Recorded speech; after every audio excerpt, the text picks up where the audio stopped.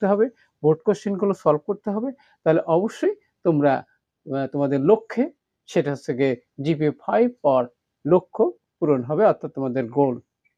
আর তোমরা যারা আমার সাথে নতুন রয়েছো অবশ্যই চ্যানেলটি সাবস্ক্রাইব করে রাখবে, নিত্য নতুন video notification mobile, laptop, computer পেতে চাইলে। আর যারা সাবস্ক্রাইব করছো, thank you so much.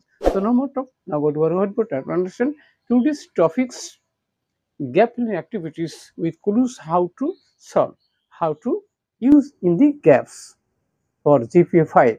So get start. Hello my dear love viewers, আমরা বলছিলাম এসএসসি এবং এইচএসসি 2025 এবং 26 সালে তোমাদের ফাইনাল পরীক্ষা। অবশ্যই টেনশন করছো এই গ্যাপ ফিলিং অ্যাক্টিভিটিস কিভাবে তোমরা সলভ করবা with clues, how to use in the gap. এই গ্যাপের মধ্যে কিভাবে তোমরা এই different kinds of parts of speech use করবা সেই বিষয়টি জানতে অবশ্যই স্টেপ বাই আমার সাথে থাকবে। শিখে নাও শর্টকাট রুলস ফর জিপিএ 5। আমাদের এপিসোড হলো 245, 245তম ভিডিও।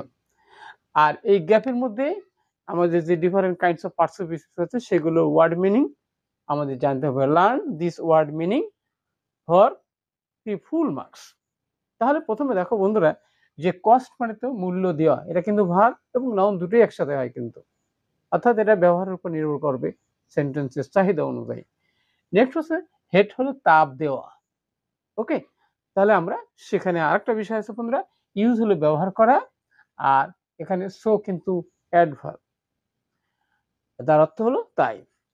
আরেকটা বন্ধুরা হচ্ছে ভেরিয়াস মানে বিভিন্ন প্রকার, এটা অ্যাডজেক্টিভ। আরেকটা হচ্ছে ইনটু হলো প্রিপজিশন। আমরা বলছি different kinds of parts of speech কোথায় কিভাবে ইউজ করতে হবে সেটা জানতে হবে। ইভেন এমনকি, সেটা অ্যাডভার্ব। আরেকটা আছে দি মানে টিটা খানাখানি, সেটা আমরা সবাই জানি, কিন্তু এটা কি অ্যাডজেক্টিভ।